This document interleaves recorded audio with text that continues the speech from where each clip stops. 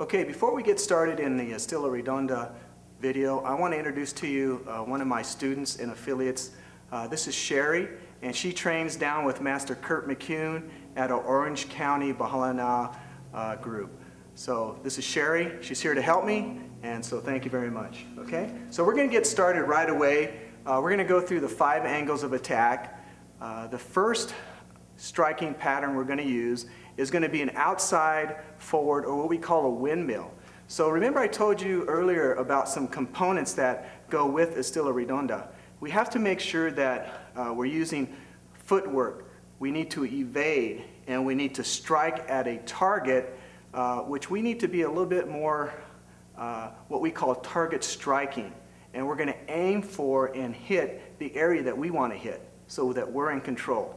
Okay, so I really want to go after the outside of her forearm because I want to disable the weapon hand first. Okay, and again, throughout this entire DVD series, you have to understand that the Giron system, we not only just fight one person, but because of Grandmaster Giron's background during World War II, he was the point man in a triangle formation. And he was the man that actually disabled or disarmed or made the first strike to the oncoming enemy. So his job was to make sure that he was the one, like in a wedge where he's fighting, he would disable the first person and move on. And so that's why the Giron system not only teaches you how to fight one person, but teaches you how to fight multiple opponents. So on our first one, we're just going to get in a ready position, and when Sherry delivers the number 1 to me, I'm going to step out to about 10 o'clock. Now that might vary because everyone's different. So the delivery off of number 1 might be different. The person might be taller, you might be shorter, you might be a little bit shorter or taller than your training partner, or the terrain might dictate maybe you need to step out a little bit wider, step in a little bit closer.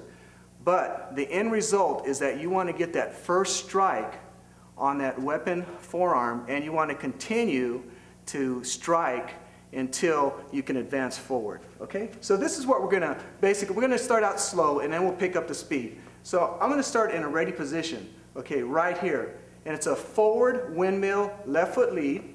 And I'm going to step out to about 10 o'clock and I'm going to strike down. See? So when I start my strike, I'm going to start right here.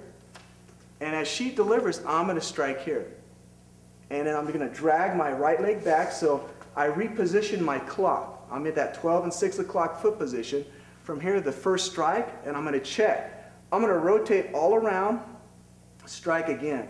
Now, the reason why I don't leave this right foot out is because I don't want to, when I come down with my weapon, I don't want to hit my thigh. I don't want to hit my leg. So I have to drag that out of the way, out of the path of the weapon, and rotate around. Now, from here, I don't want to make this big, wide, circular motion.